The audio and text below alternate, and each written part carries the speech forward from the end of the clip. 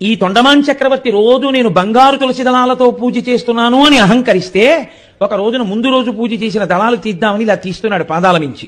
బంకమట్టి దళాలు కనబడ్డాయి. ఆయన తెల్లబోయి నేను బంగారు దళాలతో పూజ చేస్తాను, బంకమట్టి దళాలు ఎవరు పూజ చేస్తాడు అని ఆ రోజుల్లో మాట్లాడారు స్వామి. వెంకటరమణుని అడిగారు. అడిగితే ఆయన అన్నారు, బంగారు దళాలతో నేనే పూజ చేస్తానని నీకు అహంకారం, అందుకే నాకు పరమ అసహ్యం. అహంకారంతో ఇచ్చినది ఏదీ నేను పుచ్చుకోను.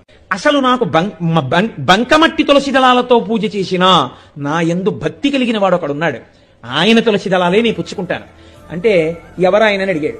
నువ్వు ఇదిగో రాజ్యానికి కాంచీపురం వైపుకి వెడితే అక్కడున్నాడు భీముడు అనబడేటటువంటి కుమ్మరివాడు.